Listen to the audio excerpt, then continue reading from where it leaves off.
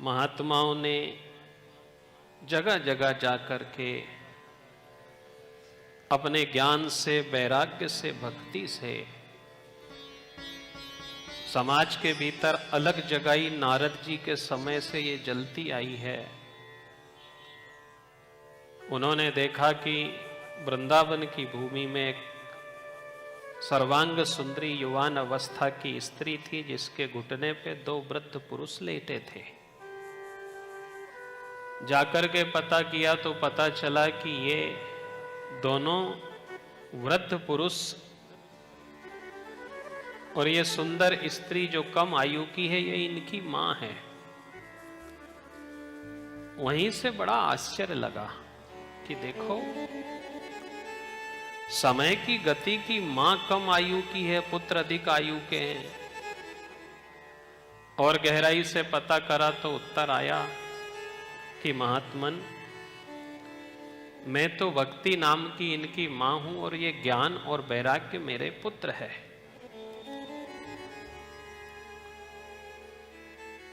अब देखो, गुर्जरे जीर्णताम भक्ति। हे नारद जी, मैं तो पहले इनसे अधिक आयु की हुआ करती थी, पर अनेक अनेक द्रविड़ इत्यादि देशों से मैं भ्रमण करके आई, तो वृंदावन में आकर के मैं तो तरुणी हो गई, पर ये मेरे दोनों पुत्र अभी भी अस्वस्थ है, अचेत है। जाकर के पता किया, महात्मा जी ने बहुत उपाय किया।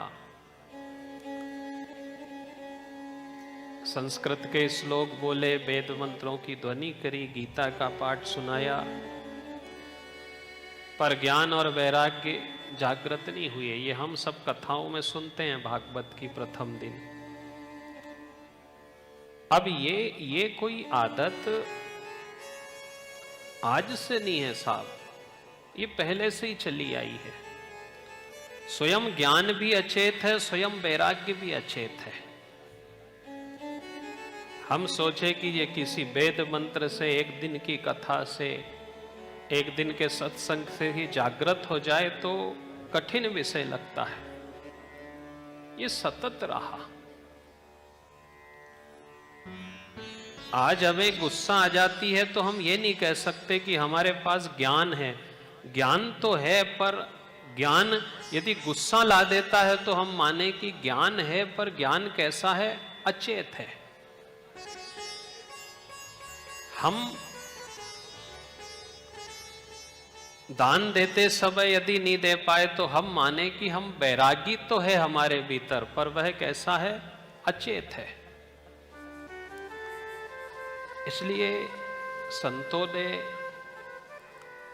भजनानंदियों ने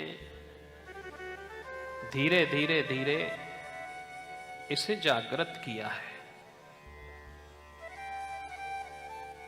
एक दिन से नहीं हुआ।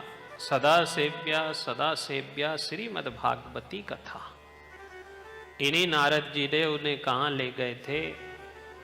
गंगादी नदी के तट पे, और सतत 7 दिन तक भगवान की कथा सुनाई थी। हम यदि किसी वस्तु का उपयोग करते जाएं और पुनः उसको नहीं भरें तो वह खाली होता चला जाएगा।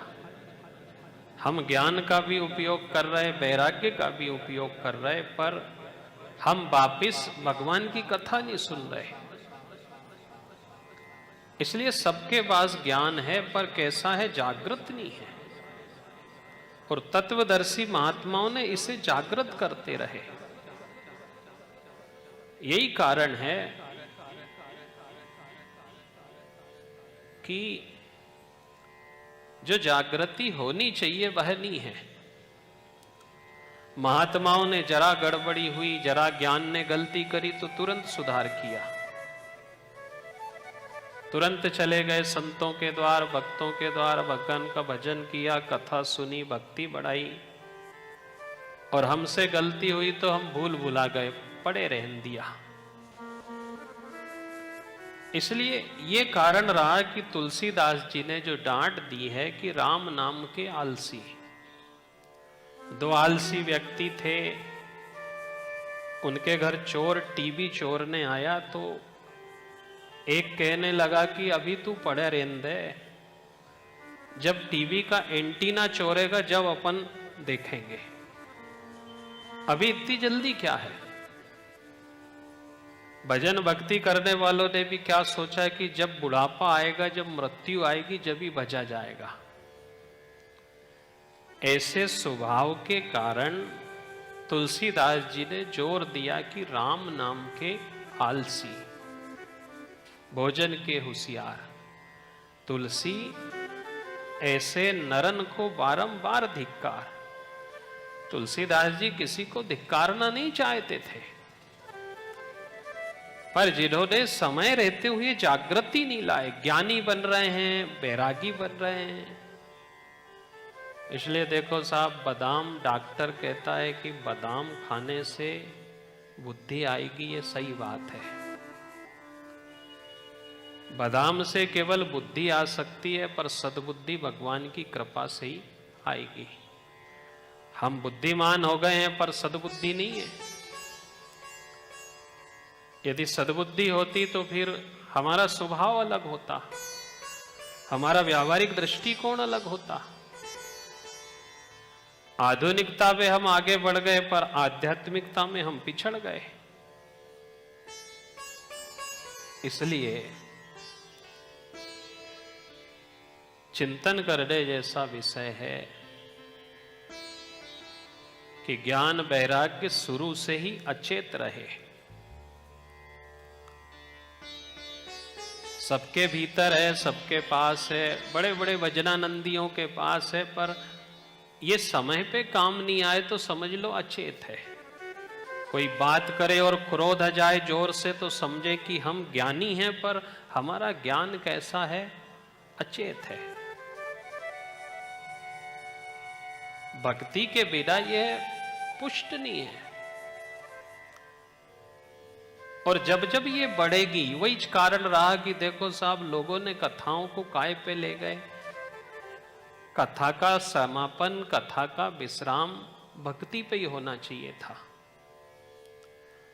7 दिन कथा सुनी तो कथा की प्रसादी क्या बननी थी, भक्ति बननी थी कि परमात्मा हमने 7 दिन आपके यहाँ बैठ के कथा सुनी, अब आप हमें प्रसाद के रूप में भक्ति दो, जिससे कि हमारे जीवन की मुक्ति हो सके।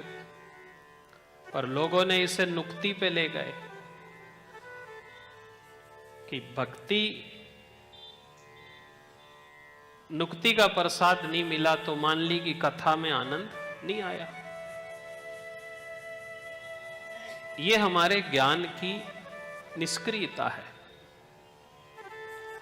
भक्ति की प्रसादी पहले मिले, आखिरी दिन ईश्वर से यह निवेदन हो कि प्रभु मुझे तेरी भक्ति मिले, जिससे मुझे और मेरे परिवार को मैं मुक्त करने का साधन कर सकूं। और जहां जहां भक्ति की प्रसादी मिली है, वहां वहां जीवन उन्मुक्त है। इसलिए बादाम बुद्धि देगी, पर सद्बुद्धि ईश्वर की कृपा देगी। हम सतत सुने सदा सेव्या। कोई रोगी है, ज्यादा बड़ी बीमारी है, तो एक दिन के इलाज में तो मुश्किल का रोग अच्छा नहीं होता, सतत इलाज होना। काफी दिन तक दरवाजे नहीं खुलते तो जंग चढ़ जाती है, खुलने में तकलीफ होती है। कपाट नहीं खुलते, ऐसे ही हमारा कपाल भी नहीं खुलता कभी कभी। कपाल से जो बुद्धि काम करनी चाहिए वह नहीं कर पाती। इसलिए नारद जी ने सतत सुनाया, सदा सेव्या, सुनते रहो सुनते रहो। सुनने से सबसे बड़ा फायदा है कि हमारे जीवन में सहन शक्ति बढ़ेगी। आज हम धन शक्ति में आगे हो गए, वैभव शक्ति में आगे हो गए, पर सहन शक्ति में तो हम सब पीछे हैं ना तो हमें भूख सहन है, ना गर्मी सहन है, ना ठंड सहन है, ना किसी की बात सहन है। सुनने का सबसे बड़ा लाभ है कि सहन शक्ति बढ़ती है। और 2.5-3 घंटा यदि भगवान की कथा में घर की याद नहीं आई, शरीर में कष्ट है उसकी याद नहीं आई, प्यास नहीं लगी, मन विचलित नहीं हुआ, तो हम मान करके चलें कि हमारा मन ईश्वर में लग रहा है और हमारी सहन शक्ति अब धीरे धीरे बढ़ रही है। ये सुनने से आएगी, बाजार में अपने को नहीं मिलेगी, किसी दुकान पे नहीं मिल सकती। जहां जहां संतों ने सुना है, भजा है,